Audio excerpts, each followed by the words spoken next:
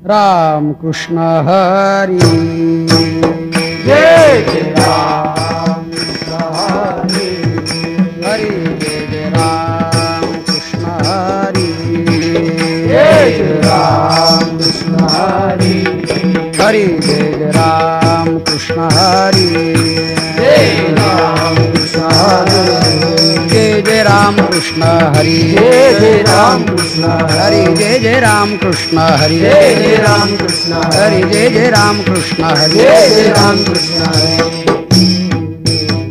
रूप पाहता लोचनी सुख झाले हो साजणी तो हा विठ्ठल बरवा तो हा विठ्ठल बरवा पाहता लोचनी सुख झाले हो साजनी तो हा विठ्ठल बरवा विठ्ठल तो हा विठ्ठल बरवा तो हा माधव बरवा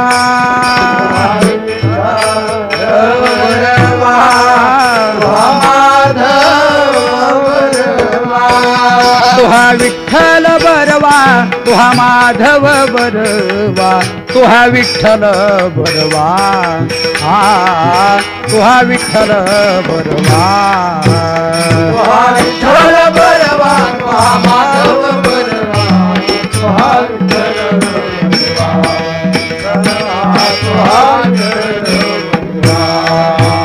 बहुता सुकृताची जोडी म्हणून विठ्ठली आवडी तुहा विठ्ठल बरवा तुहा विठ्ठल बरवा सुकृताची जोडी म्हणून विठ्ठली आवडली तुहा विठ्ठल बरवा तुहा विठ्ठल बरवा सर्व सुखाचे आगर बाप रखुमा देवीवर सर्व सुखाचे आगर बाप रखुमा देवीवर तुहा विठ्ठल बरवा तुहा माधव बरवा तुहा विठ्ठल बरवा तुहा विठ्ठल बरवा विठ्ठल बरवा तुहा माधव बरवा तुहा विठ्ठल बरवा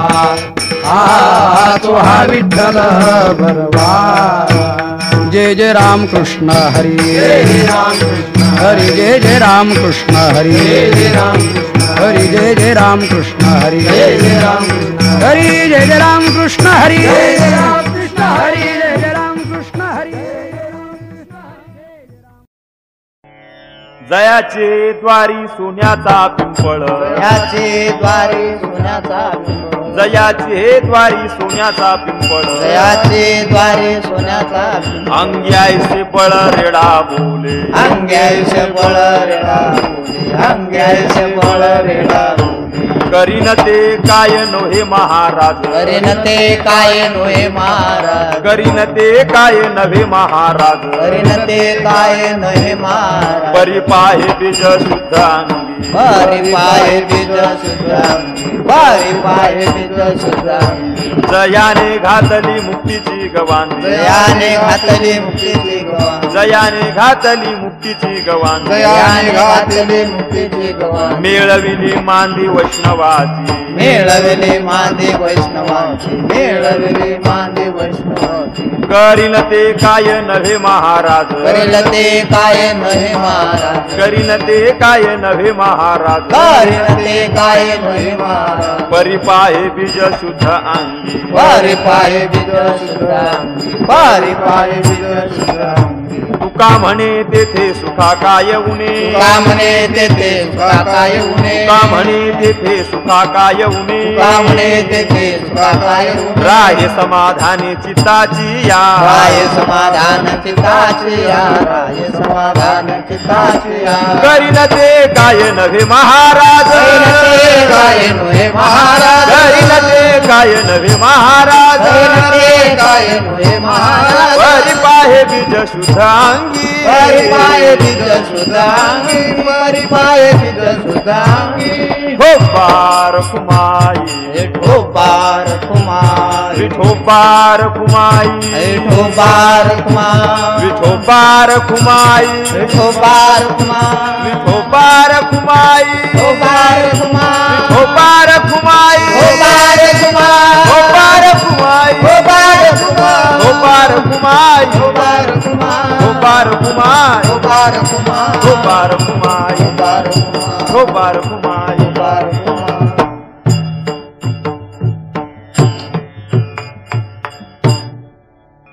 जयाची द्वारी सोन्याचा पिंपळ जयाची द्वारी सोन्याचा पिंपळ जयाचे हे द्वारी सोन्याचा पिंपळ जयाचे हे द्वारी सोन्याचा पिंपळ जयाची द्वारी सोन्याचा पिंपळ जयाची द्वारी सोन्याचा पिंपळ जयाचे हे द्वारी सोन्याचा पिंपळ जयाचे हे द्वारी सोन्याचा पिंपळ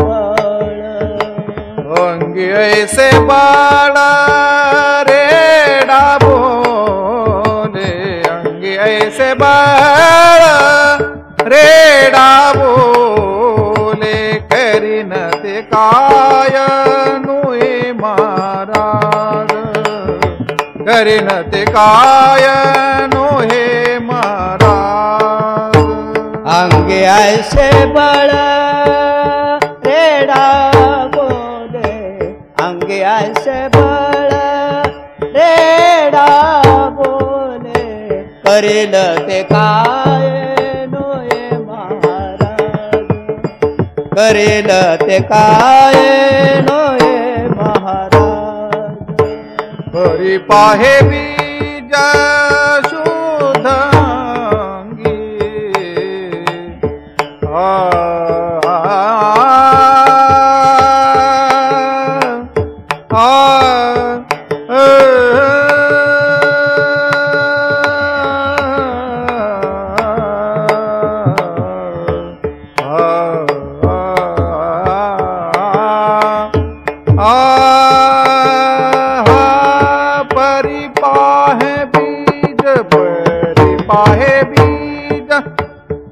हरी पाहे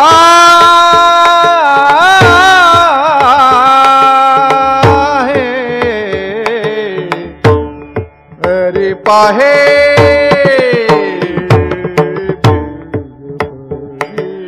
पाहे हरी पाहे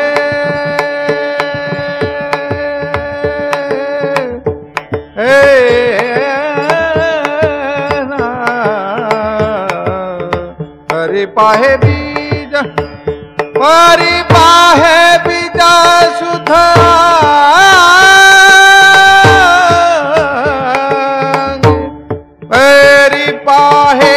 हरि पाहे बीज सुधांगी परि पाहे बीज सुधांगी करीन ते काय नोहे महाराज करीन ते काय नोहे महाराज परि पाये बीज शुद्धांगे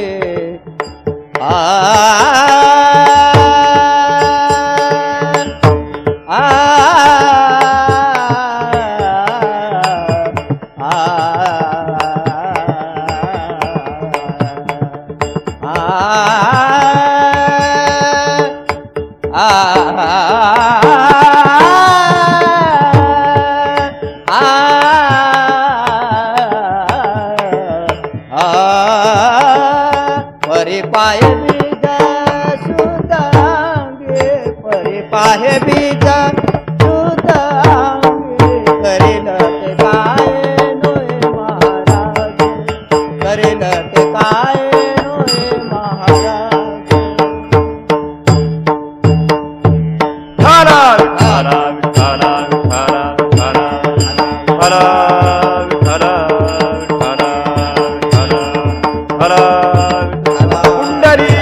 वरदा हरी विठ्ठल श्री ज्ञानदेव तुकाराम सद्गुरु ज्ञानेश्वर महाराज की जय जगद्गुरु तुकाराम महाराज की जय हरा हरा हरा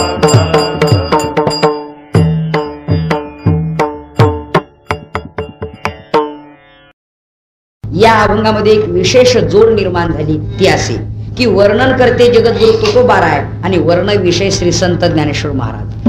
वर्ण विषय ज्ञानेश्वर महाराज आणि वर्णन करते तुकाराम महाराज. तेव्हा समान अधिकारात ही जोड निर्माण झालेली आहे. वर्ण विषयाच्या तोलामोलाचे वर्णन करते असावे आणि वर्णन करत्याच्या तोलामोलाचा वर्ण विषय असावा. वर्ण विषयाला अनुसरून वर्णन करते जर आले तर तो सुयोग आणि तो सुवर्ण कांचन योग असं म्हणायला काही हरकत नाही किंवा ज्याला दुग्ध शर्करा योग म्हणावा. त्याप्रमाणे हा योग आहे. या दोन्ही गोष्टी अति महत्वाच्या एकत्र आल्यात. ज्ञानेश्वर महाराजांच्या भाषेत बोलायचं ठरलं तर ज्ञानेश्वर महाराज ह्या दोन गोष्टी सांगताना अशी एक उदाहरणाने गोष्ट सांगतायत. ते म्हणतायत दागिने चांगले आहेत पण कुरूप बाईच्या अंगावर घातले तर त्या दागिन्याची विटंबना आहे. लक्षात येतं का नाही? दागिने चांगले आहेत पण बाई मात्र सुस्वरूप नाहीये, कुरूप आहे. नाकाचा पत्ता नाही, भलं 1 किलोमीटर पसारा आणि त्याच्यात दिली नथ आटकून. म्हणजे त्या नथेची विटंबना नाही का? दागिन्याची विटंबना नाही का? सुवर्णाच्या बांगड्या आहेत पण हात इथून पुढे असे छोटे आहेत, इथून एवढुले असे आणि त्याच्या असं जर असलं तर ते काही शोभून दिसतं का? ती उलट विटंबना दिसेल. म्हणजे ज्या ज्या अवयवात ज्या ज्या इंद्रियांवर जे जे दागिने सुशोभित म्हणून घालायचे आहेत त्याला अनुसरून तसे ते इंद्रिय असायला पाहिजेत. त्याच्या उलट दागिने चांगले आहेत तर शरीर चांगलं नाही.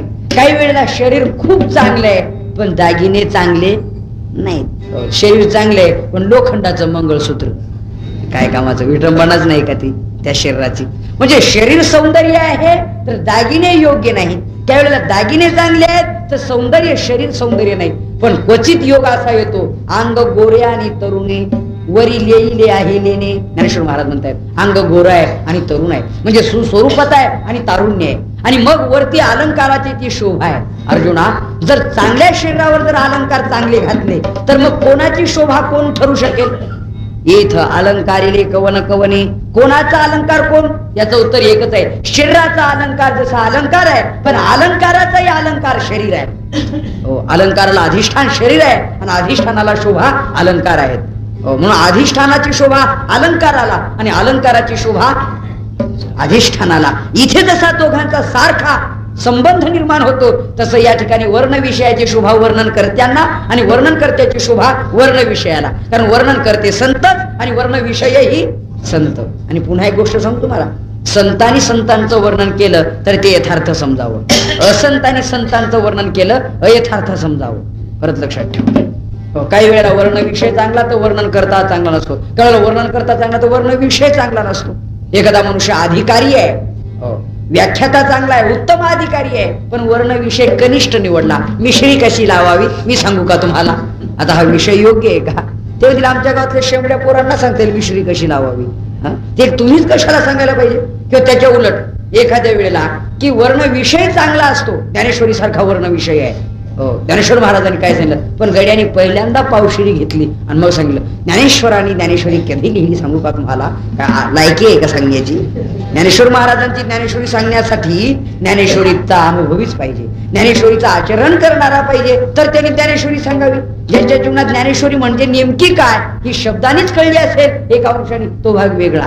म्हणजे या विषय चांगला निवडला पण अधिकारी चांगला नाही, वर्णन करता चांगला नाही, अशा गोष्टी असतात. पण या अभंगात मात्र दोघंही सारख्या अधिकाराचे समतोल असे दोन्ही दृष्टीनं सर्वांगीण पूर्ण अशी ही जोडी आहे. एक दुसरी गोष्ट सांगतो तुम्हाला शास्त्राच्या परिभाषेत. वर्णनाचे 2 प्रकार. मी वर्णनाचे म्हणतोय, वर्णाचे नाहीत म्हणत. तुम्ही म्हणाल आम्हाला माहितीये वर्णाचे 2 प्रकार, एक आंधळ आणि एक डोळस. वर्णाचे 2च प्रकार. डोळस वरण म्हणजे वाढलं की वाढणाऱ्याच्या पाठीमागेच धूम ठोकतं ते डोळस वरण. वरण आहे की नाही? की हा जेवायला बसला, तो जेव्हा अशी पंगत बसली, वरण वाढणार म्हणतो घ्या वरण घ्या वरण घ्या वरण. शेजारी म्हणतो तुम्ही कशाला वाढता? शेजाऱ्याचं येऊनच राहिलंय माझ्याकडे, फक्त मी त्याच्या आडवा होतो म्हणजे ते थांबून राहील झालं. याला डोळस वरण म्हणावं. आंधळ वरण जिथं वाढलं तिथंच बसतं, त्याला जागा दिसत नाही कोणीकडे जायला. अति घट्ट वरण म्हणजे आंधळ वरण, ते कोणीकडेच जात नाही, जिथं टाकाल तिथंच. असं तुम्ही म्हणाल हे दोन आम्हाला माहिती आहे, किंवा दोन प्रकार, एक फिका आणि एक तिखट वरण फोडणीचं, हे ते वर्ण सांगत नाही मी, वर्णन असे या वर्णनाचे दोन प्रकार आहेत. कोणते कोणते म्हणाल, एक भावनानिष्ठ आणि एक वस्तुनिष्ठ.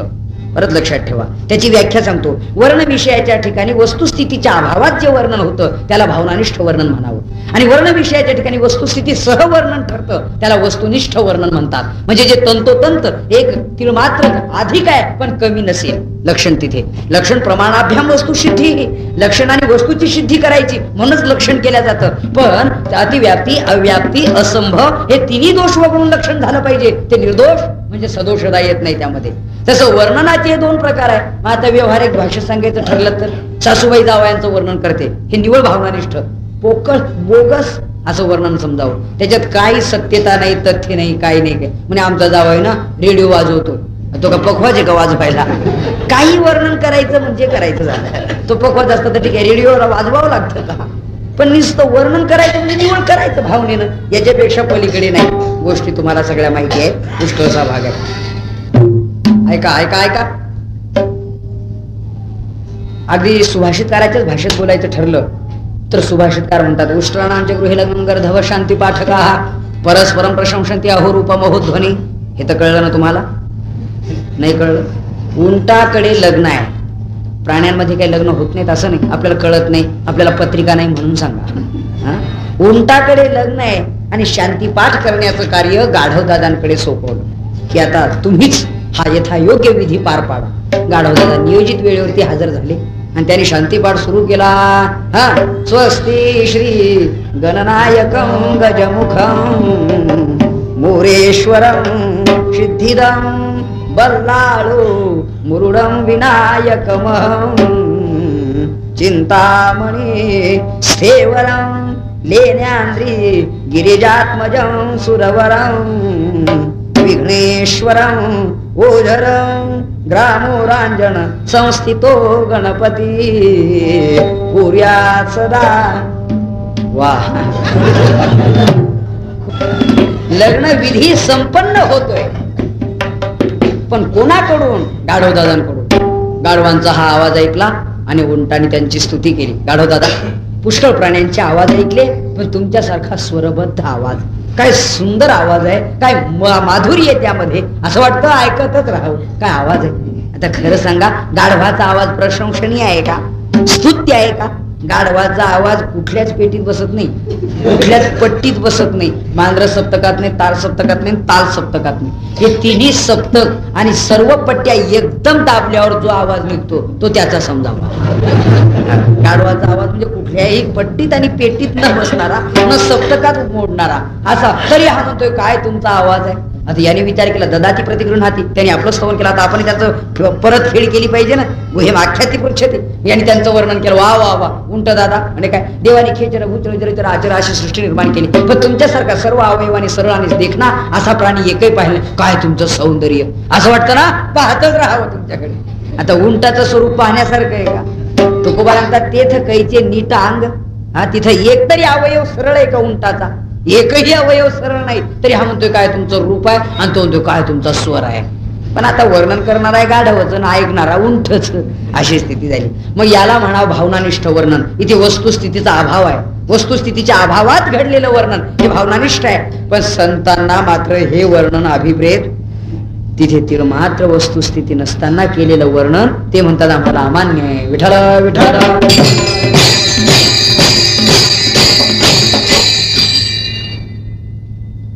अरे, जे लक्षण जिथं बसतच नाही तिथं ते विनाकारण त्या लक्षणाचा आरोप करून त्या लक्षाच्या ठिकाणी आणि त्यांची पोकळ स्तुती करणं.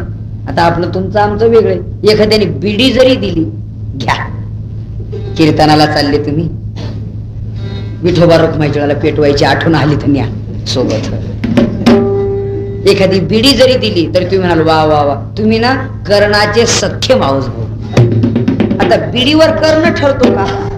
नाही, परंतु आपण त्यांची स्तुती करू तो भाग वेगळा. पण तुकोबाराने स्पष्ट नकार केले दिलेला आहे. अनेकाचे कानी गुण दोष मना नानी. ते म्हणतायत बाबा बाकी ज्यांचं वर्णन करण्याला जे पात्र नसतील त्यांचे गुण मनात सुद्धा आणू नको, वाच्य तर येऊच देऊ नको, पण मनात आणले तरी देखील चूक ठरेल. कोणाचे विनाकारण वर्णन केलं तर ती चूक आहे. संत स्वतः करतच नाही पण दुसऱ्यालाही करू देत नाही. देवाचं त्यांनी वर्णन विनाकारण ऐकलं नाही.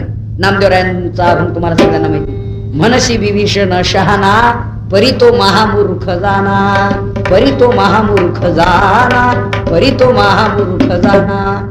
जाऊनी रामासी भेटला, जाऊनी रामासी भेटला, परी राम रूप नाही झाला. नामदेवरायांनी विरोध केला, देवाने वर्णन केलं पण यांना ते अमान्य आहे. तुम्ही म्हणत असाल विभीषण पण आम्ही म्हणतो अर्थार्थी भक्तात नोंद आहे, पण निष्काम केशाम ज्ञानी नित्ययुक्त एक भक्ती विशेषते अशा ज्ञानी भक्तात मात्र त्यांची गणना आम्ही तरी करून घेणार नाही. म्हणजे देवाचं सुद्धा जे वर्णन आहे वस्तुस्थिती रहित ते देखील भावनानिष्ठच म्हणून मोडलं गेलं, वस्तुनिष्ठ ठरलं नाही. पण संत संतांचं वर्णन करतायत ते तंतोतंत बिनचूकरित्या वर्णन करतायत. म्हणून तुकोबाराय आज ज्ञानेश्वर महाराजांचं वर्णन करतायत. जयाचे द्वारी सोन्याचा पिंपळ अंगी आई बळ रेडा बोले करेल ते काय रोहिमा. पण तुकाराम महाराजांना ज्ञानेश्वर महाराजांचं वर्णन करण्यासाठी कोणता प्रसंग निर्माण झाला त्यांच्यावर, तर तो प्रसंग मी तुम्हाला प्रासंगिक प्रकरण म्हणून समजून सांगतच होतो सुरुवातीला, तर ते उत्तर अगदी थोडक्यात सांगतो. आता तुकाराम महाराजांवर ज्ञानेश्वर महाराजांचं वर्णन करण्याचा काय प्रसंग निर्माण झाला, तर अशा पौराणिक कथा भाग आहे. ज्ञानेश्वर महाराजांचं चरित्र ऐकून एक धरणेकरी आळंदी क्षेत्रात आला आणि त्याने त्या अजान वृक्षाखाली अनुष्ठान मांडलं आणि अनुष्ठान मांडून मला ज्ञान प्राप्त व्हावं अशा अपेक्षेने त्यांनी 21 दिवस अनुष्ठान केलं. शेवटी ज्ञानेश्वर महाराज त्याच्या स्वप्नात आले आणि त्याला सांगितलं, का रे काय इच्छा आहे तुझी? म्हटले माझी एकच इच्छा आहे की मला ज्ञान प्राप्त व्हावं आणि प्रयास वाचून मिळावं. म्हटले एवढंच नको? मग ठीक आहे, हे ज्ञानाचं केंद्र जरी असलं तरी पण सध्या मात्र हे कार्यरत नाही. म्हटले मग कार्यरत केंद्र हवं असेल तर तुला देहूला जावं लागेल तुकाराम महाराजांकडे. तो तिथून उठला आणि चालला बिचारा तिथून उठून देहू गावाकडे. त्याला असं वाटलं तर इथं काय मिळत नाही, चला आपण देहूला तरी जाऊ. धरणेकरीच तो गेला देहू गावात. देहू गावात गेल्यानंतर त्यांनी तुकाराम महाराजांचं दर्शन घेतलं, पाया प्रत्ताला आळंदी. मग तुकाराम महाराज म्हटले बरोबर आहे, उगच नाही तिकडून इकडं उलट पोहत आलं. याचं प्रारब्धच तसं दिसतंय की याच्या प्रारब्धात हे अभंग नाही. पुन्हा एक ज्ञानेश्वर महाराजांना त्यांनी अंतर्गत पत्र लिहिलं, तुमची सेवा तुमचं वचन मी पूर्ण पालन केलं पण त्यांनी त्याचा त्याग केला, त्याला मी काय करू. मग तुकाराम महाराज म्हटले बरोबर आहे, उगच नाही तिकडून इकडं उलट पोहत आलं. याचं प्रारब्धच तसं दिसतंय की याच्या प्रारब्धात हे अभंग नाही. पुन्हा एक ज्ञानेश्वर महाराजांना त्यांनी अंतर्गत पत्र लिहिलं, तुमची सेवा तुमचं वचन मी पूर्ण पालन केलं पण त्यांनी त्याचा त्याग केला, त्याला मी काय करू. तुम्ही जो धरणेकरी पाठवला होता ना त्याची जी काय झाली गती, त्याची जी झालेली गती आहे ना ती तुकाराम महाराजांनी वर्णन करून पाठवली. हे बघा, देवाचे उचित देवाच्या आदेशानुसार तुमच्या आदेशानुसार मी एकादश अभंग त्याला दिले, एक श्रीफल दिला, पण महाफळ त्याग आणि एकादश अभंग करूनही गेला. या फळाचा आणि अभंगाचा त्याग करून तो गेला धरणेकरी. माझा त्याच्यात काहीही दोष नाही, मला मात्र दोषी ठरवू नका. बाबा धरणेकऱ्या, ज्यांच्या दारात सुवर्ण पिंपळ आहे आणि अंगात रेड्याला बोलवण्याचं बळ ज्यांच्या अंगात आहे हा त्यांचा अधिकार. जयाचे द्वारे सोन्याचा, पण तुम्ही ऐकता ना, पण सगळेजण ऐकता ना, हा मग ठीक आहे.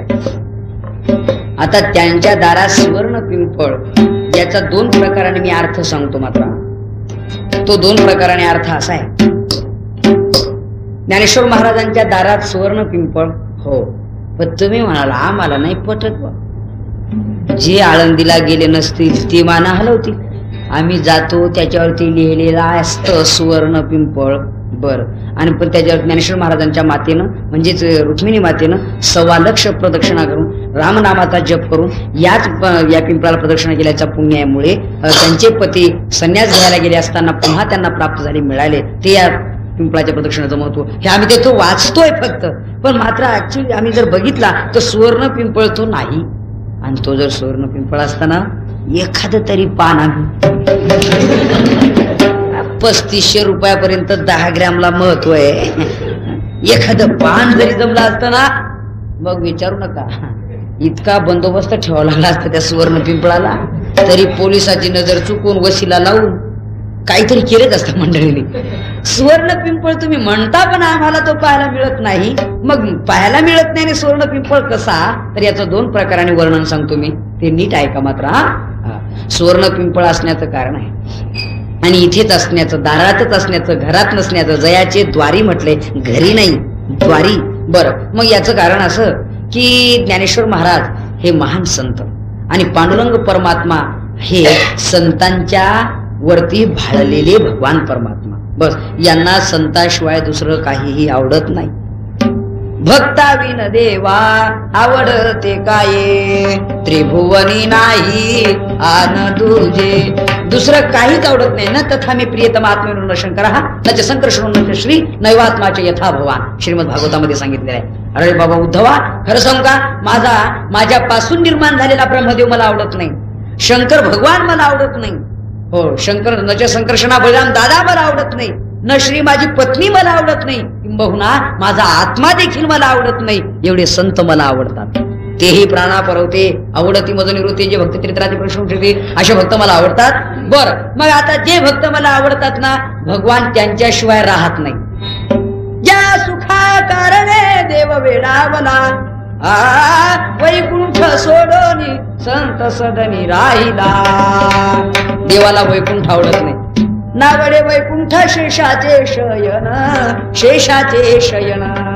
वैष्णव सदन आवडले, वैष्णव सदन आवडलं, शेषाचं शयन नावडलं. वैकुंठ नावडे, शेषाचं शयन नावडे, क्षीण समुद्र नावडे, गंधर्वाचं काय नावडे. बरं, बाकी काहीच नाही आवडत त्यांना. त्यांना आवडतं संतांचं घर, वैष्णवांचं सदन. स्वतः देवानी पत्ता असा सांगितलेला आहे. हो, नाहमसामी वैकुंठे योगिना हृदय राहू मद्भक्त यत्र गायची तत्र तिष्ठामी नारद. बरं, तत्र तिष्ठामी, मी त्याच ठिकाणी तिष्ठतो. हो, याहीपेक्षा दयापासी पांडवा हरपला घेऊसावा, जेथ नाम घोष बरवा करीती माझा.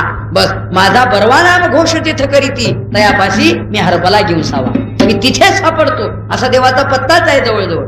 मग आता भगवान परमात्मा वैष्णवाकडे, संतांकडे, त्यांच्या घरात वास्तव्य करतो. पण त्याच्या पुढे आहे का, रमा म्हणे कैसी नवल परी, देव भुलले वैष्णवा घरी. शेजारणीला सांगत असाव्यात रुक्मिणी माता की काय सांगावं बाई, आमच्या मालकांना भक्ताचं इतकं येड लागलंय ना की ते भक्तांच्या घराशिवाय राहू शकत नाही. काही काहींना ते नाही पटत. ते खानदेशात जर आपण गेलो तर त्या बायात शेजारणी जवळ बोलतात बर का.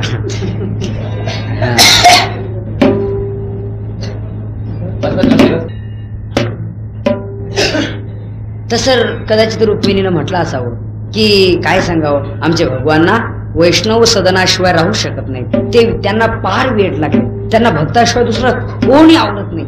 आम्ही रात्रंदिवस जवळ आमचं नाव घेत नाही. आणि पण त्यांची यादी चालूच, प्रल्हाद नारद पराशर पुंडरीक व्यासांबरीश शुक शौनक विश्वदालव्यान रुक्मांगदार्जुन वशिष्ठ विभीषणादि पुण्यानि मां परम भागवतान स्मरामि.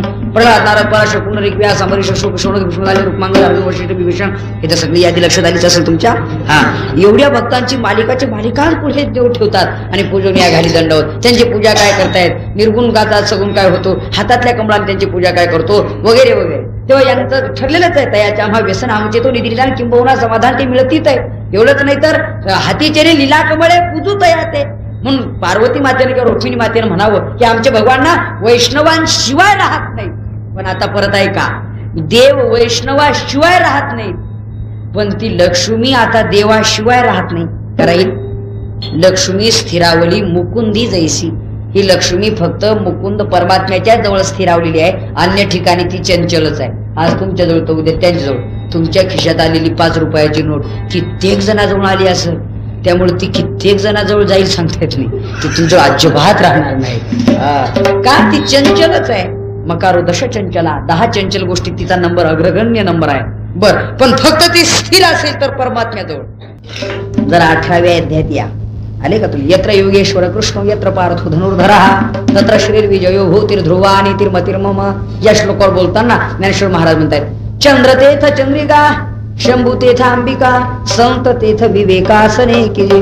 जिथं चंद्र आहे ना तिथं चंद्रिकेला बोलवावं लागत नाही, चंद्रिका चंद्राच्याच बरोबर राहणार. बर, दुसरं उदाहरण सांगितलेलं आहे शंभुतेथ अंबिका. जिथं भगवान शंकर आहे तिथं पार्वतीला बोलावं लागतं का. काहीतरी म्हण जा ना, असं कस काय. पार्वती मातेला बोलवावं लागेल? नाही.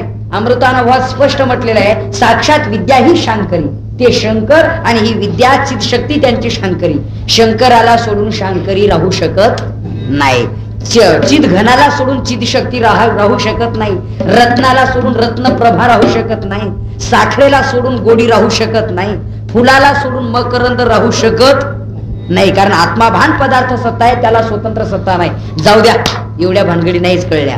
तुम्हाला सोडून तुमची सावली राहू शकत नाही. हे तर कळत का? हे नाही कळणार? बरं तरी कळत उशिरा.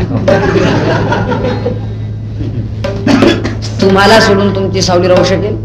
तुम्ही समजा सासूरवाडीला निघाले, हो म्हणा, आणि तुमची सावली पण तुमच्या सोबत निघाली. जरा वेळ गेल्यानंतर त्यांनी त्या सावलीवरती असले मोठाले डोळे केले. तुला माहितीये का, डबल टिबल भाडे वाढ, आणि त्याच्यात तू माझ्या बरोबर कशाला विनाकारण खर्च? बैस इथेच घरी राहा, मी जाऊन येतो एकटा. शेवटी तिला असं सांगितल्याबरोबर तिने थांबून घेतलं. त्याने बॅग उचलली आणि निघाला. बरोबर आहे? तरी काही होच म्हणतात, पण ते त्याला सोडून सावलीने थांबून घेतलं, तो निघाला तरी होच नाही. ती त्यांच्या बरोबरच ती पण पुढे चालू. तो म्हटला, माझं ऐकत नाहीस ना, तू माझ्या बरोबर येतेस ना, बस आता तूच जा, मी इथे थांबतो. जा म्हणतो तर. त्याचा परिणाम ती सावली उठली आणि तिची ती गेली. सावली गेली आणि हा तिथंच राहिला. योग्य नाही. सावली त्याला सोडून जातही नाही, तर त्याला सोडून राहते नाही. तो निघाला की ती निघाली, तो थांबला की ती थांबली. का? याचं उत्तरच आहे, अंगानी छाया जयाप. शरीर आणि सावली हे दोन असते तर एकमेकाला सोडून राहिले असते. याच्या अधिष्ठानातच तिची सत्ता आहे, आणि तिची सत्ता याच्यातच अध्यारूत आहे. म्हणून एकमेकाला सोडून राहू शकत नाही. हे जसं आहे तसं माया तेची ब्रह्म, ब्रह्म तेची माया, अंग आणि छाया जयापरी. बस ब्रह्म आणि माया कसं, अंग आणि छाया जशी तसेच ते, बस एकमेकाला सोडून राहू शकत नाहीत. मग आता तो परमात्मा आहे ना, मग त्या शक्तीला बोलवावं लागत नाही, लक्ष्मीला बोलवावं लागत नाही. मग भगवान कुठे निघाले? वैष्णवांच्या घरी. मग लक्ष्मी म्हणे, मीच कशी राहू? मी तुमच्या बरोबर येणार. चंद्र तेथ चंद्रिका, शंभू तेथ अंबिका. भगवान निघाले की लक्ष्मी माता निघाल्या त्यांच्या बरोबर. मी सुवर्ण पिंपळाबद्दल सांगतोय बरं का. ते जे ते खांबाजवळ ते काळं घोंगड आहे ना, ते झोपतंय पा. तेच बोडखा गडी काळं घोंगड, त्याला जागा करा ना, तोच गडी. सुरुवातीपासून चालू आहे सपाटा त्याचा. विठ्ठल विठ्ठल विठ्ठल. त्याला तपास नाही काय चाललंय, चंद्र कुठं, चंद्रिका कुठं, आपली झोपण आपण. शेवटी लक्ष्मी माता त्या परमात्म्या बरोबर निघाली. आणि ऐका, आळंदीला आले दोघही. आता भगवान परमात्मा धाड धाड धाड धाड ज्ञानेश्वर महाराजांच्या मंदिरात शिरले. त्यांच्याच पाठोपाठ लक्ष्मी माता मागे शिरतायत. तेवढ्यात सर्व संतांनी रोखलं त्यांना. थांबा, इथे परवानगी वाचून मध्ये जाता येणार, अंदर आना मना आहे. असंच आहे, अनाधिकृत वाहनास इथे लावण्यासाठी जागा नाही, बंदी आहे, तुम्ही मध्ये येऊ नका. लक्ष्मीने सांगितलं, का? पण म्हणजे आमच्या संतांना चांगलं माहितीये, जिथं लक्ष्मी आली का तिथं अनर्थ आलाच. एकच नाही, 15चे 15 ही श्रीमद भागवताच्या 11 स्कंदाच्या 23व्या अध्यायात श्लोक आलेत, वाचा. स्तेम हिंसन रतंदम कामक्रोध स्मयमदा भेदो वैरम विश्वास संस्कृता व्यसनानीच. याच्यात झाले 15 अनर्थ या एका श्लोकात. एवढेच्या एवढे 15चे 15 अनर्थ तिथे येतात. पंचदशीतही विद्यारण्य स्वामींनी असे श्लोक लिहिलेत. तिथे पंचदशीत असं म्हटलेलं आहे, अर्थानामार्जनम क्लेशम तथैव परिपालनम नाशदुःखम वेदुःखम धिगर्थान क्लेश कारण. तिन्ही काली अर्थ हा क्लेशालाच कारणीभूत असल्यामुळे तसे अर्थान धिगर्थान त्याचा धिकार असो असं म्हटलेलं आहे. म्हणून आम्ही संतांनी ठरवलेलं आहे, सोने आणि माती आम्हा समानायची ती. हे तुमचे वित्त धन ते मग मृतिके समान असं आमचं ठरलेलं आहे. सोने रुपये आम्हा मृतिके समान. म्हणून लक्ष्मीला त्याने मध्ये येऊ दिलं नाही. लक्ष्मीबाई तुम्ही बाहेर थांबा, मध्ये तुम्हाला प्रवेश नाही. भगवान मात्र मध्ये गेले आणि लक्ष्मी माता बाहेर थांबल्या. बाहेर ज्या थांबल्या त्या बाहेरच थांबल्या, कारण देव मधून बाहेर येत नाहीत आणि यांना मध्ये जायला चान्स नाही. त्यामुळे त्यांच्या दारात उभ्या राहिल्या. लक्ष्मी म्हणजे धन, लक्ष्मी म्हणजे सोनं. ते दारात उभं राहिलं, ते पिंपळ रूपाने प्रगट झालं. पांडुरंग घरातच आणि हे दारातच. जयाचे द्वारी सोन्याचा पिंपळ, हे त्याचं उत्तर आहे. लक्ष्मी हे धन आहे, ऐश्वर्य आहे, त्यांना संतांकडे प्रवेश नाही. पण मग तिथं का उभं राहावं लागलं? तर चंद्र तेथ चंद्रिका, भगवान आहे त्यांना सोडून मला जाणं शक्य नाही, परवानगी नाही. मग भगवान जर ज्ञानेश्वर महाराजांच्या मंदिरात आहेत तर मला त्यांच्या दारात उभं राहावंच लागेल. हाच अर्थ की जयाचे द्वारे सोन्याचा पिंपळ, त्यांच्या दारामध्ये हा सुवर्ण पिंपळ आहे. त्याचं हे खरं शास्त्र एक. आणि दुसरं एक शास्त्र सांगतो. तुम्ही म्हणाल मग या जीप गाडीमध्ये कोण माणसं आहेत या जीप मध्ये बसलेले? खरं तुम्ही अशी प्रतिज्ञाच केली का बाबा की कीर्तन होईपर्यंत बिडी बिजू द्यायचीच नाही म्हणून?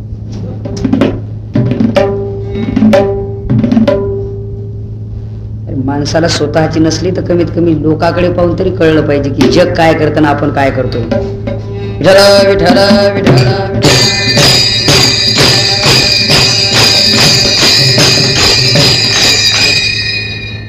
हे एक कारण सांगितलं मी तुम्हाला सुवर्ण पिंपळा संबंधात. आणि दुसरं एक सुवर्ण पिंपळाचं कारण फार महत्वाचं आहे. मग तुम्हाला आहे तर तो दिसत का नाही? तर त्याचा वेगळा अर्थ आहे. दयाचे द्वारे सोन्याचा पिंपळ, यांच्या दारामध्ये सुवर्ण पिंपळ आहे. तर सोन्याचा या शब्दाचा अर्थ आहे सुखाचा. बरं, त्याचा लक्षार्थ घ्यायचा आहे. सोन्याचा पिंपळ म्हणजे कशाचा पिंपळ आहे? तो सुखाचा. त्यांच्या दारामध्ये सुखाचा पिंपळ आहे, सोन्याचा पिंपळ नाही. मग सोन्याचा म्हणजे सुखाचा आहे. तुम्ही म्हणाल सोन्याचा आणि सुखाचा, हो, लक्षार्थ घ्यायचा आहे, शब्दार्थ नाही. शास्त्रामध्ये लक्षार्थ घेण्याचे प्रकार सांगितले. जहज लक्षण, अजहज लक्षण, जहज लक्षण हे लक्षणाचे प्रकार आहेत. स्वयं देवदत्त हा लक्षण आहे. मंचक्रोशंती लक्षणच आहे. बर, गंगायाम घोष हा लक्षणच आहे.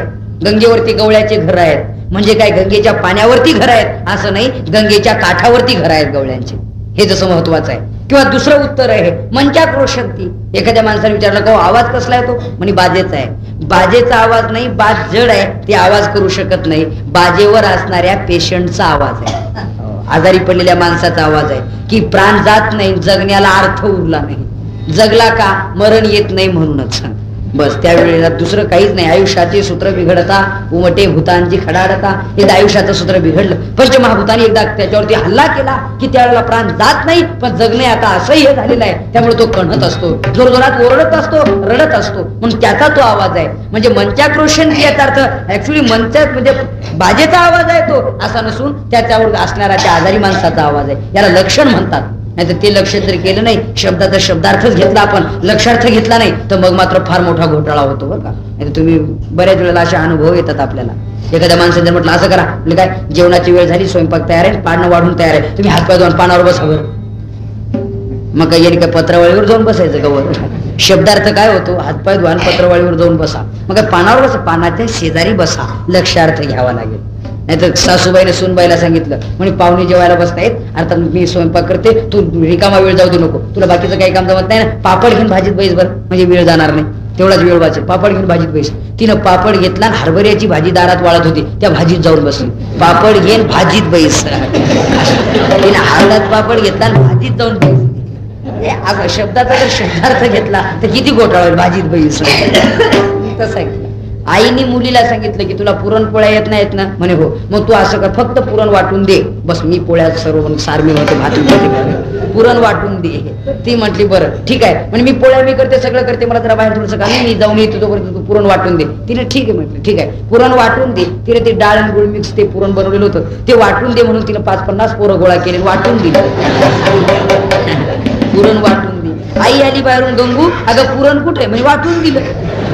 हो, पण जे वाटून ठेवलं ना तेच आण आता. अगदी म्हणजे वाटून दिलं, ते नाहीच आता, वाटून दिलं, संपला विषय. म्हणजे वाटून दे या शब्दाचा जर शब्दार्थ घेतला, लक्षार्थ केला नाही, तर घोटाळ्यात पडाल की नाही तुम्ही. असे हजार प्रसंग आपल्या जीवनात येतात नेहमी नेहमी. एसटी पकडा, मग काय जायची मागून पकडून ठेवायची नाही.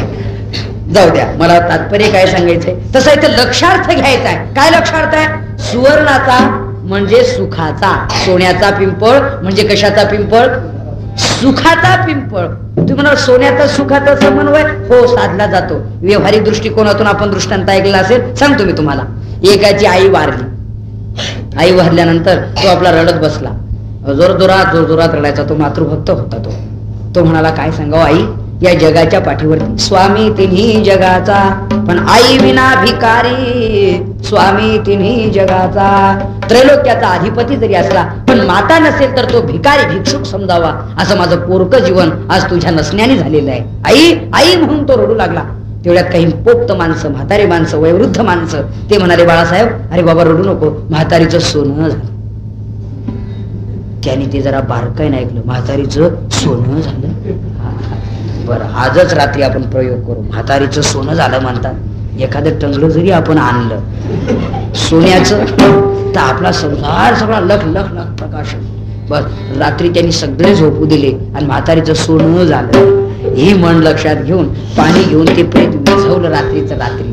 आणि त्याच्यात इकडे पहा तिकडे पहा, त्याच्यात काय लाकडं, कोळसे, हाडं, अस्थि, याच्याशिवाय दुसरं काय. संपूर्ण चेक केलं, एक गुंज. आता त्याच्यात सोनं कुठं सापडलं.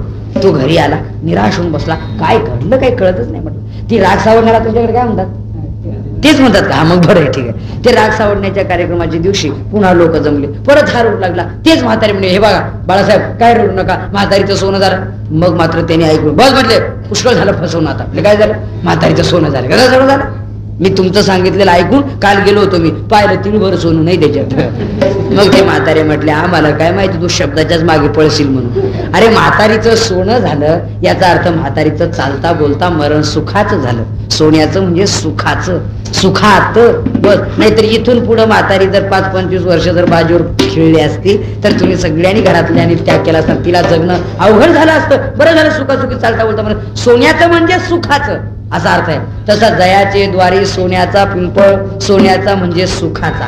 कारण शेवटच्या चरणाशी पुन्हा याचा संबंध जमतोय. तुका म्हणे तेथे सुखा काय होणे. अरे बाबा तिथे सोन्याचा म्हणजे सुखाचा पिंपळ आहे, त्यांच्या दारात सर्व सुख आहे, सर्व सुखाची लहरी अशी ज्ञानेश्वर महाराज आहे. सर्व सुख तिथे आहेत, सर्व सुखे आजी येथेची ओळले. संतांची देखील चरणांबुजन, संतांच्या पायाजवळ सर्व सुख येतात. दुसरं प्रमाण तुम्हाला सांगू बर. सोली वजे सुख अति सुखाहुनी उभे ते अंगणी वैष्णवांच्या. जे सोली व सुख आहे ते वैष्णवांच्या अंगणात उभं आहे. उभं आहे याचा अर्थ ते त्यांची अपेक्षा करतं. तुम्ही सांगा त्यांच्याकडे जा, मी त्यांच्याकडे जातो. तो म्हणेल तेच आहे महाबोधू. बस एवढा अधिकार संतांचा आहे. एवढंच नाही, कैवल्याचे अधिकारी मोक्षाची सोडी बांधी करी की जळाचे परितळवर उभे म्हणून सुख त्यांच्या दारात उभा आहे. तो सुवर्ण पिंपळ आहे. सोन्याचा म्हणजे सुखाचा असा तो पिंपळ आहे. जयाचे द्वारी सोन्याचा पिंपळ हा झाला एक भाग. आणि अंगी आईसे बळ रेडा बोले. अंगात बळ म्हणाल तर रेड्याला बोलवण्याचं बळ. रेड्याला आता माणसं बोलतील यात नवल. रेडा रेडा कथाभाग चरित्र तुम्हाला माहिती आहे बहुतेक सर्वांना की ज्ञानेश्वर महाराज निवृत्ती सोपानकार मुक्ताबाई यांनी शुद्धीपत्र आळंदीकरांकडे मागणी केली असता त्यांनी सांगितलं की आम्ही तुम्हाला शुद्धीपत्र देऊ शकत नाही. त्यावेळेचं जे अध्यात्माचं जे पीठ होतं, मुख्य स्थान, ज्याला आपण हायकोर्ट म्हणा, सुप्रीम कोर्ट म्हणा, त्या पद्धतीने पैठण, तुम्ही तिथे जा त्यांच्याकडून ती ब्रह्मवृंदांची तुम्हाला परवानगी घेऊन या. हे तिथे गेले आणि त्यांनी सांगितलं की आम्हाला शुद्धीपत्र द्या. त्यांनी नाकारलं शुद्धीपत्र, म्हणजे मिळणार नाही तुम्हाला शुद्धीपत्र. का वगैरे ती कारणे त्यांनी सांगितली. शुद्धीपत्र द्या. अहो म्हणजे तुमच्या शास्त्राच्या आदेशानुसार आमच्या माता पित्याने देहांत प्रायश्चित्त घेऊन देह शुद्ध केला आणि आमचा आरोप उडवला. आता आम्हाला शुद्ध करून तुमच्या देहाला हरकत काय आहे. त्यांनी सांगितलं ब्रह्मवृंदाने नाही, तुम्हाला शुद्धीपत्र मिळणार नाही. तेवढ्यात त्यांनी विचारलं की अरे काय नाव आहे तुमचे. ज्ञानेश्वर महाराजांनी सांगितलं माझं नाव ज्ञानदेव आहे. यांनी माझं नाव निवृत्ती आहे. यांनी सांगितलं माझं नाव सोपान आहे. यांनी माझं नाव मुक्ताई आहे. वा वा काय नावं ठेवलेत गोड. वा पण त्याच्यातला एक होता जरा कुचित. तेवढा नावात काय अर्थ आहे का. आमचा पकडालेला हेला आहे ना रेडा, त्याचंही नाव ज्ञान आहे. मग काय त्यांचंही नाव ज्ञानदेव, यांचे नाव ज्ञानदेव. काय फरक आहे.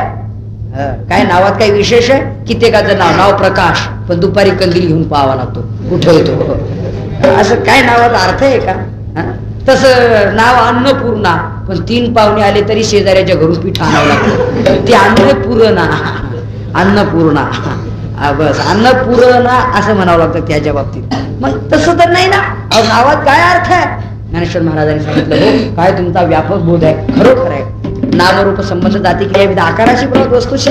नामरूपाचा संबंध आकाराला आहे, वस्तूला नावच नाही. आणि वस्तू चैतन्याने दोघं एकच आहोत. काय म्हटले आत्मे वाहन त्वमे वाहन. हो आत्म्याच्या दृष्टीने तू आणि मी एकच आहे. रेडा आणि मी एकच आहे.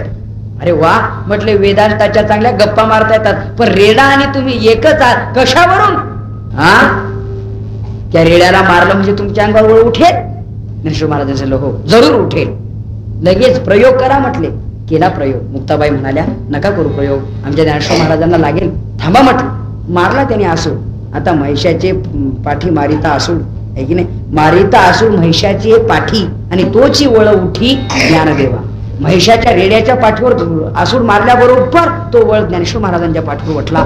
बाकीचे म्हणे अहो अहो आता नका मारू. खरोखर बघा ज्ञानेश्वर महाराजांच्या पाठीवरती कसा वळ उठलाय, अहो आता नका मारू. पण काही निर्दय होतेच ना, असतातच समाजामध्ये काही. त्या निर्दयी माणसाने सांगितलं अहो कसलं काय खरं धरून बसले, यांचे पिता तिथे बंगालमध्ये जाऊन विद्याभ्यास करून पोरांना देखील बंगाली विद्या शिकवलेली दिसते. अहो त्यांना मारण्याचा आणि यांच्या पाठीवर वळ येण्याचा अर्थार्थी कार्यकारण भाव संबंध तरी काय? म्हटले मग याच्या पुढची परीक्षा पाहू आपण. जर खरोखरच त्यांचा आणि यांचा आत्मा एक आहे असं जर असेल तर तुम्हाला वेद म्हणता येतो का? म्हटले हो. मग तुम्हाला म्हणता येतो जो वेद तो तुम्ही या रेड्याच्या तोडून म्हणून दाखवा, मग आम्ही म्हणू की त्यांच्यात आणि तुमच्यात काही फरक नाही. ज्ञानेश्वर महाराजांनी सांगितलं ठीक आहे, तुमची जर इच्छाच आहे तर मी तुम्हाला वेदही म्हणून दाखवतो रेड्याच्या तोंडून. म्हणजे ठीक आहे, काय हरकत नाही, तुम्ही माझ्यावरती कृपा करा. तुमच्या सगळ्यांची कृपा झाली तर त्या रेड्याच्या तोंडून वेद बोलवणं अवघड काय? सांगा कोणता बोलवायचा आहे? कारण 4 वेद आहेत, ऋग्वेद आहे, यजुर्वेद आहे, अथर्ववेद आहे आणि सामवेद आहे. सांगा कोणता बोलवू? त्यांनी सांगितलं ऋग्वेद, कारण तो अति अवघड आहे, ऋग्वेद बोलायला सांगा. म्हणजे ठीक आहे, त्यांच्या डोक्यावरती हात ठेवला आणि ज्ञानेश्वर महाराज रेड्या बोल बाबा ऋग्वेद बोल. अरे चैतन्याच्या दृष्टीनं तू एकच आहेस, बोल, तुला देखील अधिकार आहे. उपाधी दोष वगळला तर तू चैतन्यच आहे, बोल वेद. बोल म्हटल्याबरोबर अधिकारच होता बोलवणारांचा. त्यांनी लगेच सुरुवात केली. येन चक्षुषा न पश्यन्ति येन चाक्षुष पश्यते. बर पुढे म्हटलेलं आहे की बाबा यदि वेदाम उपासते, बस या तदेव विदित्वं ब्रह्म यदि वेदाम उपासते. हे वेदातलं ऋग्वेदातलं मुख्य वाक्य आहे, मुख्य रुचा आहे. आणि त्यांनी बोलायला सुरुवात केली. येन चक्षुषा न पश्यन्ति येन चाक्षुष पश्यते. बर तदेव ब्रह्म विदित्वं बर यदि वेदाम उपासते. हा वेदाचा सिद्धांत आहे. या डोळ्याने परमात्मा पाहता येत नाही, या डोळ्याचाच डोळा परमात्मा असल्यामुळे या डोळ्यानेच तो पाहतो जगाला, म्हणून या चक्षुने त्याला पाहता येत नाही, असं वेदातलं मुख्य वाक्य आहे. अशी त्यांनी जी वेदाच्या रुचा बोलायला सुरुवात केली त्या रेड्यानी, त्यावेळेला हे ब्राह्मण बुवाने आपापल्या चोपड्या आपापल्या वह्या आपापले मस्टर आणलं आणि चेक करून घेतलं, कारण दुरुस्ती करून घेतली त्या रेड्याच्या. कारण इतकं ते स्पष्ट म्हणत होतं वेद. रेडा असून वेद बोलतोय. लाखो लोकांची गर्दी उलटली. साप साप साप साप, कुठे न अटकळता कुठे. आता ते काय काय नाटकातलं होतं का पार्ट, यांनी मागून पडद्याच्या आणून सांगायचं आणि त्याने मग पुढे म्हणायचं असं होतं का ते? त्या नाटकात अशी गडबड होते. एखाद्या वेळेला ते तलवार बिलवार घेतली आणि युद्धाचा आवेश आणून ते भाषण ठोकत होता आणि मागचा तो पडद्याच्या आणून सांगतो. त्याला काय म्हणतात? त्याला तलवार म्हणतात. हा बरोबर. तो आपला मागून सांगतोय आणि हा आपला त्याप्रमाणे बोलतो. पण करता करता मेकअप रूम मध्ये त्याला बोलवण्यात आलं, त्या मागच्या पडद्याच्या आणून सांगणाराला. इकडे इकडे म्हटले. तो गेला मागच्या रूम मध्ये, काही अडचण आली म्हणून. आता हे इकडे पुढे भाषण करीत होतं त्या स्टेजवर, पण त्याला बोलता बोलता पुढचं काहीच आठवण. तलवार तर उपसून बसला आणि हा कशाचा प्रकार आहे, हा कशाचा प्रकार आहे. त्याला वाटलं आता तो मागून सांगेल आणि मग आपण पुढं म्हणून टाकू, पण मागचा सांगणारा फारच मागे गेला होता. त्यामुळे याला पुढचं आठवेन, सांगणारा जवळ नाही. याने आपलं त्याच्यावर टाइमपास केला. हा कशाचा प्रकार आहे, हा कशाचा प्रकार आहे. बसलेल्यातला प्रेक्षक एक म्हणे हा पाठ न केल्याचा प्रकार आहे, दुसरा कोणताच प्रकार नाही. हा क्लिअर न पाठ केल्याचा प्रकार आहे. तिकडे त्या खानदेशामध्ये हाऊ कशाना प्रकारचे, हाऊ कशाना प्रकारचे म्हणजे हाऊ पाठ न करण्याना प्रकारचे भाऊ. हा क्लिअर पाठ न करण्याचा हा प्रकार, दुसरा कशाचा प्रकार नाही. तसा काही रेडा होता का की कोणीतरी बोलवायचं नाही, स्वयं प्रेरणेनं त्याने चैतन्य वृत्तीनं बोलायला सुरुवात केली. जेव्हा वेद पूर्ण म्हणून झाला आणि सर्व ब्राह्मणांचा त्यावेळेला गर्व नाही. बर रेड्याच्या तोंडून वेद बोलवला आणि यांचा ब्राह्मणांचा गर्व नाहीसा केला. अंगी आईसे बळ रेडा बोले. रेड्याला बोलवलं त्यांनी आणि मग मात्र सर्वांचा गर्व नाहीसा झाला. पण त्याच्यावर काही डोकं लावतातच. रेडा कसा वेद बोलेल याचाच आपण विचार करतो, पण बोलवणारे कोण होते याचा आपण विचार करीतच नाही. महत्व बोलणाराला नाही, महत्व बोलवणाराला आहे. बोलवणारे कोण होते? ज्ञानेश्वर महाराज. मग रेडाच काय दगड बोलेल. नेवाशारा मस्जिद बोलली, आता त्याचा निकालही लागला कोर्टाने, हे तुम्हाला माहितीच असेल. कोणाची आहे? 3 वेळा विचारलं की तिला वाचा निर्माण झाली. अधिकार बोलवणारांचा आहे, बोलणारांचा नाही. रेड्याच्या तोंडून जे वेद बोलले नाही, बोलवले ज्ञानेश्वर महाराज. रेड्यामुखी वेद बोलविला असं म्हटले, बोलवला त्यांनी. मग असं बळ त्यांच्या अंगात आहे की ते रेड्याच्या तोडून वेद बोलवतात. मग आता आपण जर खरंच उपासना केली तर आपल्यातून हरिपाठ पाठ होणार नाही का? आपण काय रेड्याच्या पलीकडे गेलो का? नाही. पण आता आपण त्या वृत्तीने तिकडे जात नाही अशी स्थिती आहे, म्हणून आपला परिणाम होत नाही. पण रेड्यामुखी वेद बोलविला मोठा आश्चर्य आहे बुवा, की ज्या रेड्याच्या तोडून ज्ञानेश्वर महाराज वेद बोलवला तो रेडा ज्ञानेश्वर महाराज आळंदीला निघाले त्यावेळेला तो रेडा देखील त्यांच्या बरोबर निघाला. त्या रेड्याचा मालक देखील त्यांच्या बरोबर निघाला. आणि आपला आळगाव आहे ना, आळगोट आपण याला पुण्याला जाताना लागतं आळे फाटा, तिथून जवळ आहे, तिथे त्या रेड्याची समाधी आहे. त्या रेड्याला देखील ज्ञान झालं की आता आळंदीला गेल्यावर ज्ञानेश्वर महाराज समाधी घेणार आहेत. आणि ज्ञानेश्वर महाराजांनी समाधी घेतल्यावर आपल्या जगण्याला अर्थ काय? तर त्यांच्या अगोदर आपण जावं, म्हणजे त्यांच्या हाताने आपल्याला समाधी मिळेल. रेड्याने जाता जाता तिथेच प्राण ठेवला. स्वतः माऊलींनी त्या रेड्याला समाधी दिली. आज माणसं रेड्याच्या पाया पडतात, संतांचा हात त्यांना लागला नाही. एवढा अधिकार त्याच्यात निर्माण झाला ज्ञानेश्वर महाराजांच्या अधिकारामुळे. रेड्यामुखे वेद बोलविला म्हणून या ठिकाणी की आचे तर भिंती चालवणे हेही करणे विचित्र, पशुमुखे वेदाच्या श्रुती परवा कीर्ती तुमची, ही कीर्ती संतांची, संतांनी त्याच्यातून वेद बोलवले. मग हे त्यांच्या अंगातलं बळ आहे. अंग्याईचे बळ रेडा बोले, दयाचे द्वारे सोन्याचा पिंप. अंग्याईचे बळ रेडा बोले, जे रेड्याला बोलवतात त्यांच्या दारात सुवर्ण पिंपळ आहे, ते काय करणार नाही हे दुसरं चरण. तुबारा म्हणतायत महाराज करील ते काय नव्हे, त्यांनी करायचं ठरवलं तर काय करता येणार नाही त्यांना, सर्व काही करता येईल. सर्व हो त्यांच्या आतापर्यंत सर्व चरित्र डोळ्या पुढे आणा, ते काय करणार नाही. सच्चिदानंद बाबा वारले, कथाभाग सगळ्यांना माहिती, शॉर्टकट मध्ये सांगतो अगदी थोडक्यात. वारल्यानंतर प्रेतयात्रा अंत्ययात्रा निघाली त्यांची. त्यांचं ते सती जाण्याची प्रथा त्या काळात असल्यामुळे त्यांची पत्नी देखील सर्व ते शृंगार करून सतीचा ते निघाल्या. आणि तिकडून तेवढ्यात नेमकी दिंडी आली यांची चारी भावंडाची. हो बार खुमाई जे जे विठोबा रखुमाई, हो बार खुमाई जे जे विठोबा रखुमाई, हो बार खुमाई जे जे विठोबा रखुमाई, हो बार खुमाई जे जे विठोबा रखुमाई. बघितली आपण मरणार तर आहोत, पण जाता जाता त्यांचं दर्शन घेऊन मरतो. पायावरती डोकं ठेवलं, आशीर्वाद दिला, अष्टपुत्र सौभाग्य होते. सांगितलं महाराज माझ्या सौभाग्यपणामुळे मला दुःख होत नाही, तुमच्यासारख्या संतांचे शब्द खोटे पडतायत मला दुःख होतंय. म्हणे का बरं असं का म्हणतेस? म्हटले हे जे प्रेत निघाले ना ते माझ्या पतीचंच आहे, आणि तुम्ही मला सौभाग्य असा आशीर्वाद देता, तुमचा शब्द आज खोटा ठरतोय. म्हटले शब्द खोटा ठरणार नाही. तुझ्या पतीचं नाव काय? म्हणजे माझ्या पतीचं नाव सच्चिदानंद आहे. ज्ञानेश्वर महाराजांनी त्याच्यावर वेदांताचं रूप केलं, सच्चित आनंद, हे तर माझ्या परमात्म्याचं रूप आहे. सच्चित आनंद तो हा की नाही, तो हा सच्चिदानंद घन पंढरीय परिपूर्ण, कर ठेवून जगन वाट पाय भक्तांची, तो तर भगवान परमात्म्याचं रूप आहे. आणि तो कसा काय मेला? खोटं बोलतेस तू, उतरवा खाली त्याला खांद्यावर. बाकीचे लोक म्हणे ऐका यांच्या नादी लागून आपल्याला जेवायला वेळ होईल, चला म्हणे आमचं झालं नेमकं झालं, पोरांचं कुठं ऐकता का म्हणे, उतरा खाली, कशाला उतरा, जाऊ द्या. पण काही पोक्त माणसं होते म्हणे बा तो असाही मेलाय तसाही मेलाय, आपल्याला थोडासा उशीर होईल, एवढंच ना ठेवा ना थोडस खाली, आला गम तर आला, जमलं तर जमलं, म्हणून त्याला खाली उतरवलं. आणि ज्ञानेश्वर महाराजांनी तोंडात तुळशीच्या पानाने तोंड पान टाकलं आणि डोक्यावरती हात ठेवला आणि 3 वेळा हात मारले, सच्चिदानंद सच्चिदानंद सच्चिदानंद म्हटल्याबरोबर सच्चिदानंद जिवंत झाले आणि एकदम उठून दर्शन घेतलं. आणि ते सच्चिदानंद बाबाच होते. मग त्यांनी सांगितलं की माऊली मी घरातून संपलोय, लोकांनी मला जाळण्यासाठी काढलंय, आता पुन्हा त्या घरात मी जाणार नाही, मला वाचवले तुम्ही, आता उरले ते हरी तुम्हा समोर. इथून पुढे जे आयुष्य असेल उर्वरित ते आयुष्य तुमच्यासाठीच मी खर्च करेन सेवेसाठी. सांगा. त्या सच्चिदानंद बाबांकडून ज्ञानेश्वर महाराजांनी ज्ञानेश्वरी लिहून घेतली. 18व्या अध्यायात 1810व्या क्रमांकाची ओवी वाचा तुम्ही. शके 1212 ते टीका केली ज्ञानेश्वरी, ते सच्चिदानंद बाबा तरी लेखक झाला.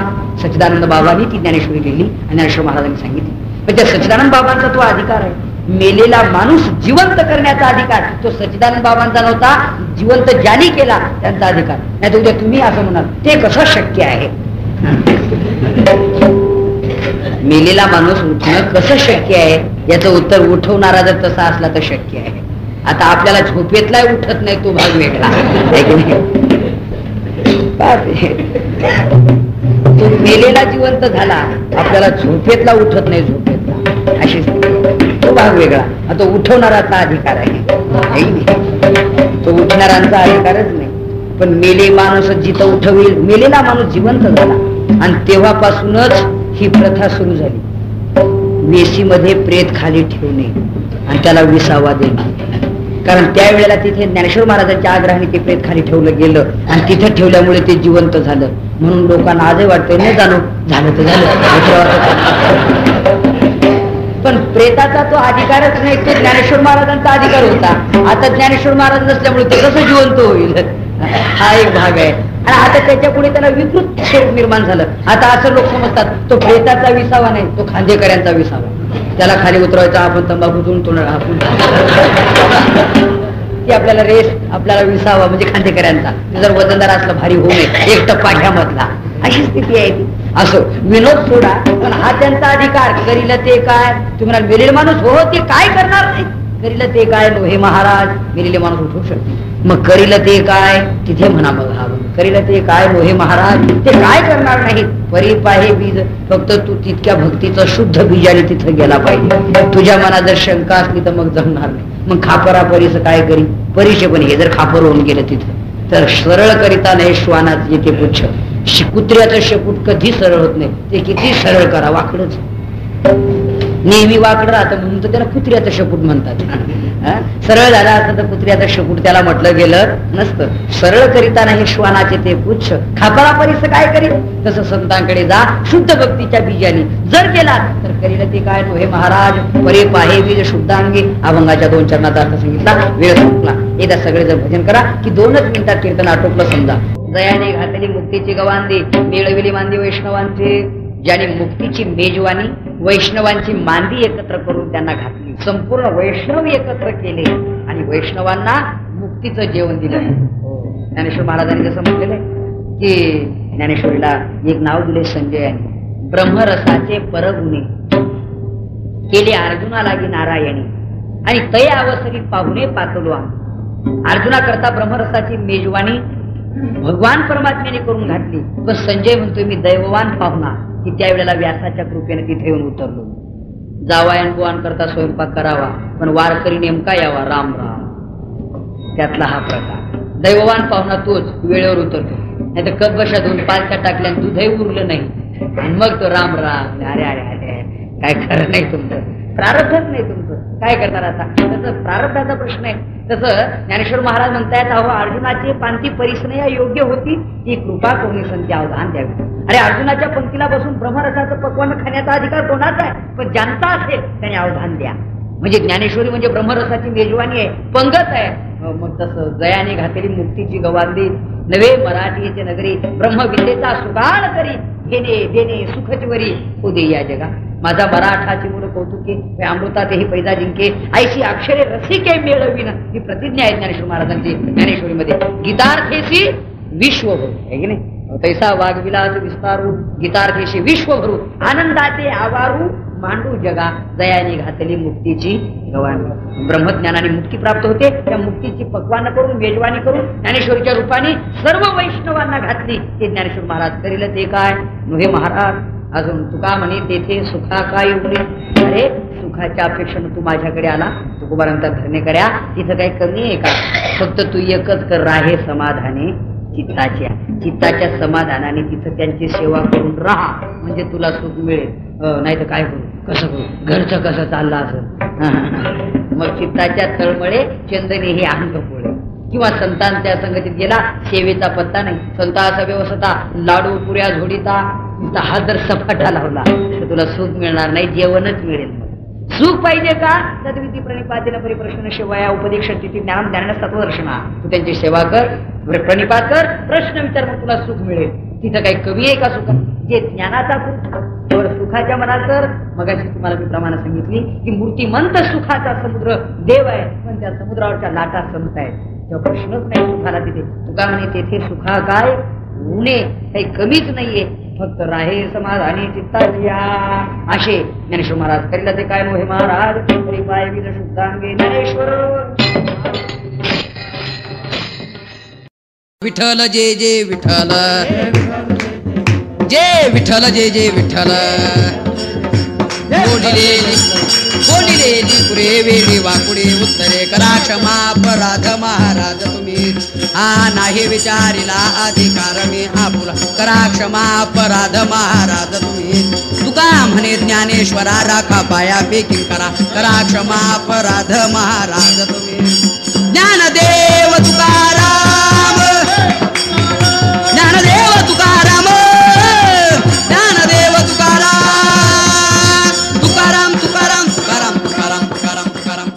पुंडलिक वरदा